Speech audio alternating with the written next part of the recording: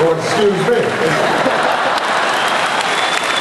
What kind of films do you want to make? Serious films. I admire the works of like Steven Spielberg and of course everyone loves Steven Spielberg, but Francis Ford Coppola. Like, yeah, I mean you're just, Godfather. Apocalypse Now. It's a little violent for you, isn't it? Yeah. Is that your mom next to you? This is your mom? You're letting him watch Apocalypse Now? Huh? No? He seems like really smart. I think we're going to have to, if I had some money, I'd invest in him right now.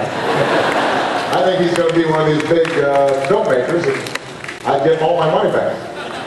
All right. Well, you're a teacher? Where's the teacher? Oh, there you go. Okay. He's taking some credit too.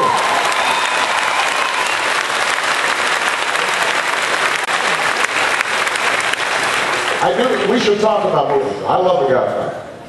I can give you some tips on some great flicks. Immigration. Well, look, we are a nation of immigrants. And we should never forget that. They're the first Americans. And, we weren't always very good guests. But the rest of us are immigrants in one way or another. And so when I hear this anti-immigrant sentiment, I'm reminded of the fact that every wave of immigrants, every wave of new immigrants, somebody complains. You know, when the Irish came, people talked about them,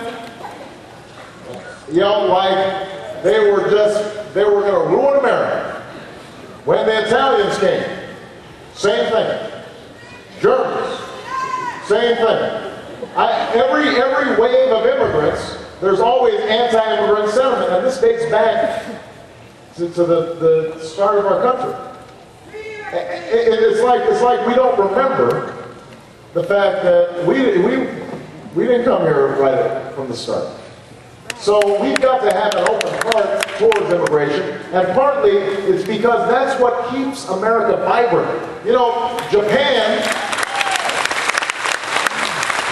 one of the big advantages we have over Japan and Europe right now is their population is declining. Their population is declining because they just don't have enough young workers. Their birth rate is not high enough to replace the population. Ours wouldn't be either if it weren't for this new immigration that's coming in, people with new ideas and innovation. And so we want to encourage immigration. Now, here's the problem, is we want to do it legally. Right? That's the problem. And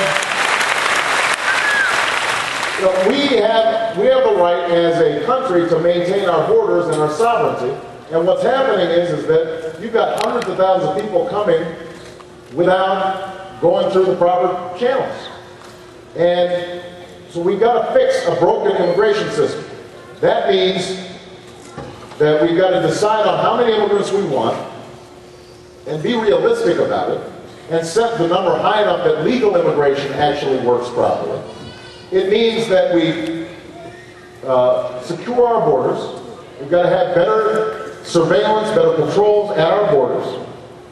It means that we crack down on employers that are purposely recruiting and hiring undocumented workers because they're undermining U.S. wages.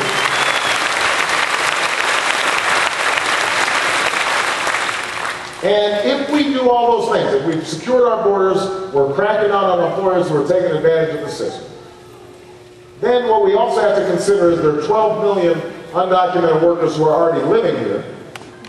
And, some people, like, some of these talk show hosts, and they say, send them back, deport them, etc. Can I be honest with you? 12 million people, we're not going to deport 12 million people. I mean, that's the population of Illinois. Right? We're not going to round up 12 million people, lock them up, put them on buses, and ship them back. It's not, it would cost us all billions of dollars. All of our law enforcement would be devoted to it. So that's not a realistic option. When people say that it is, they're lying to you.